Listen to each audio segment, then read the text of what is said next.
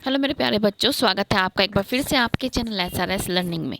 बेटा ये हमारी साइंस की, विज्ञान की बेटा 9th क्लास की, क्या है हमारी 9th क्लास की हमारी 63 वर्कशीट है। ठीक है, कौन सी वर्कशीट है? हमारी 9th क्लास की है।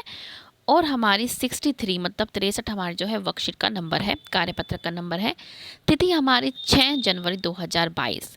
तो हमारा चैप्टर जो चल रहा है वो चल रहा है हमारा गुरुत्वाकर्षण ही चल रहा है। लास्ट क्लास में हमने जो है कैपिटल जी और स्मॉल जी, ठीक है, स्थिरांक, और हमने गुरुत्वाकर्षण त्वरण के बारे में हमने समझा था। आज हम क्या है, गुरुत्वाकर्षण बल के प्रभाव में गति के बारे में आज समझेंगे। तो टॉपिक हमारा ये है, तो शुरू करते हैं।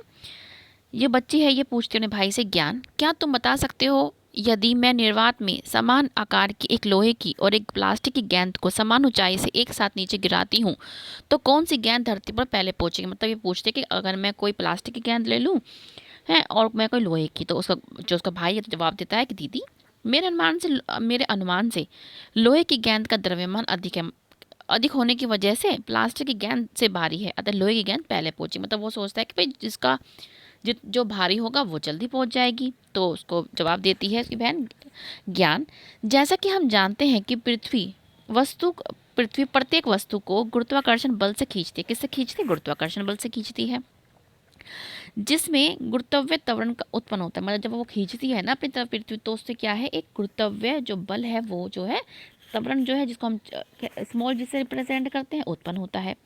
और गुरुत्वाकर्षण त्वरण वस्तु के द्रव्यमान पर निर्भर नहीं करता। हमने पहले ही पढ़ा था कि क्या है, गुरुत्वाकर्षण त्वरण जो होता है, जो वस्तु होती है उसके द्रव्यमान पर डिपेंड नहीं करता कि वो ज़्यादा है या कम है। इसलिए निर्वात में दोनों गेंद ही नहीं, परंतु कोई भी, दोनों गेंद ही नहीं मतलब कोई भी वस्तु जब हम ले तो वो एक ही दर से नीचे जाएगी। मतलब अगर हम कोई प्लास्टिक गेंद ले ले, लोहे की गेंद ले ले, या बहुत भारी ले लूँ, लेकिन वो क्या होगा, दोनों ही एक साथ नीचे पहुँचेंगे। क्यों? क्योंकि जो हमारा है हमारा जो जी है वो क्या है, मैं बड़ा कर देती हूँ, जो हमारा गुरुत्वाकर्षण त्वरण है वो वस्तु के द्रव्यमान पर निर्भर नहीं करता। ठीक है, अब हम आगे बढ़ते हैं। यदि गतिविधि हम सामान्य परिस्थिति में एक पंख और एक पत्थर के साथ करें तो धरती पर पत्थर का टुकड़ा पहले नीचे गिरता है। ऐसा वायु, अगर हम मतलब हम कोई निर्वात नहीं ले रहे, मतलब निर्वात मतलब होता है वैक्यूम, जहाँ पे कोई भी हमारी जो है वायु उपस्थित नहीं होती। अब ये कह रहे हैं कि हम एक सामान्य स्थिति लेते हैं जहाँ पे मतलब ऐसे ही नॉर्मल ले, जहाँ पे जैसे मैंने अपने घर में ले लूँ कुछ भी, उसको फेंकने लगूँ ऊंचाई से, तो ये वैसी स्थिति ले रहे हैं। तो ऐसा जो इन्होंने क्या लिया, एक इन्होंने लिया एक पंख और एक पत्थर। तो सबसे पहले क्या है, पत्थर नीचे पहुंचेगा। क्यों पहुंचेगा? ऐसा क्यों होगा? क्योंकि वायु के प्रतिरोध के कारण ऐसा होगा। ठीक है, पंख पर लगने वाला वायु का प्रतिरोध पत्थर पर लगने वाले प्रतिरोध से अधिक होने के कारण पंख के गिरने की गति धीमी हो जाती है, जबकि पत्थर का उसका बहुत कम प्रभाव पड़ता है, क्योंकि पत्थर छोटा सा होता है, पंख जो है मतलब चौड़ाई में जो है ज़्यादा होता है, इसलिए इस पर जो है एयर, इस पर वायु का प्रतिरोध जो है ज़्यादा लगता है। लेकिन इसी गतिविधि को यदि हम निर्वात में करें, मतलब अगर हम वहाँ पे हमारे कोई भी वायु उपस्थित ना हो, तो वायु ना होने की वजह से दोनों ही वस्तु मुक्त पतन से एक ही दर से नीचे गिरेंगे। मतलब जो अगर मैंने यहाँ से एक पत्थर गिरा और यहाँ से मैंने पंख गिरा निर्वात में, तो दोनों एक ही टाइम पे नीचे गिरेंगी। ठीक है, तो इसके बाद हम यहाँ पे आते हैं कि धरती के निकट की दूरी को हम पृथ्वी की त्रिज्या के बराबर ले सकते हैं, क्योंकि धरती का आकार बहुत बड़ा होता है, इसलिए जी को भी धरती के निकट एक स्थिर माना जाता है।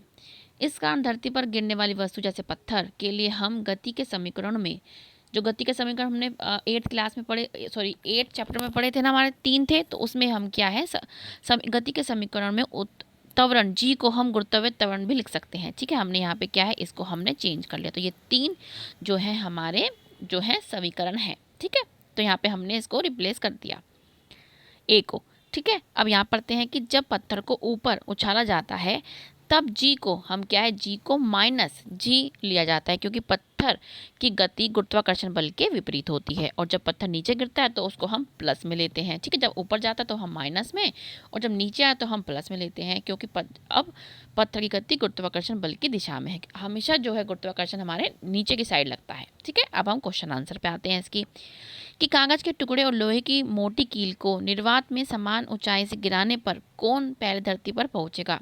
इसका कारण स्पष्ट कीजिए। इसमें क्या है, कागज के टुकड़ा और लोहे की कील। ठीक है, हमने यहाँ पे इसको हम यहाँ से हम यहाँ से लिख सकते हैं कि पृथ्वी प्रत्येक वस्तु गुरुत्वाकर्षण बल से खींचती है, जिससे गुरुत्व त्वरण उत्पन्न होता है, और गुरुत्व त्वरण वस्तु के द्रव्यमान पर नहीं, इसलिए निर्यात में दोनों गेंद ही नहीं परंतु कोई भी वस्तु, दोनों गेंद हम ना लिख के हम वो कागज का एक टुकड़ा लिख देंगे। क्या है? कागज का टुकड़ा और लोहे की मोटी कील हम यहाँ पे इस क्वेश्चन में लिख लेंगे, परंतु कोई भी वस्तु एक ही दर से नीचे गिरती है। तो ये आपका बेटा फर्स्ट क्वेश्चन है।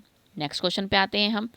क्या है हमारा नेक्स्ट क्वेश्चन कि यदि हम किसी बॉल को ऊपर उछालें तो गुरुत्व त्वरण को जी क्यों लिया जाता है? हमने अभी पढ़ा क्यों लिया जाता है, क्यों? क्योंकि ये रहा आपका सेकंड क्वेश्चन। अब पत्थर की जगह आप यहाँ पे बॉल लिख सकते हो। ठीक है, क्या लिख सकते हैं? बॉल। कि जब बॉल को ऊपर उछाला जाता है तब जी को हम माइनस जी लिया जाता है, क्योंकि पत्थर की, यहाँ पे पत्थर क्या है? क्योंकि बॉल, हर जगह हम पत्थर की जगह बॉल लिख देंगे, क्योंकि हमारे क्वेश्चन में बॉल है। बॉल की गति गुरुत्वाकर्षण बल के विपरीत होती है। ठीक है, अब हमारा है ये कौन सा क्वेश्चन है? थर्ड।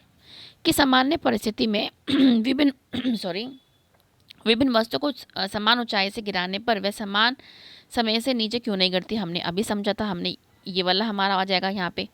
ठीक है, ये हम यहाँ से लिख देंगे पूरा, या आप सिर्फ ये भी लिख सकते हैं कि वायु के प्रतिरोध के कारण। अगर आपको पूरा खोल के लिखना है तो आप ये वाली गति जो है लिख सकते हैं। यहाँ पे आपका पंख लिखा है, वहाँ पे आप कोई भी, क्योंकि इसमें कुछ लिखा ही नहीं है तो आप पंख भी लिख सकते हैं। ठीक है, वैसे कारण क्या है इसका? वायु की वायु के प्रतिरोध के कारण। खोल के आप पूरा लिख सकते हैं, तो ये भी आप लिख सकते हैं।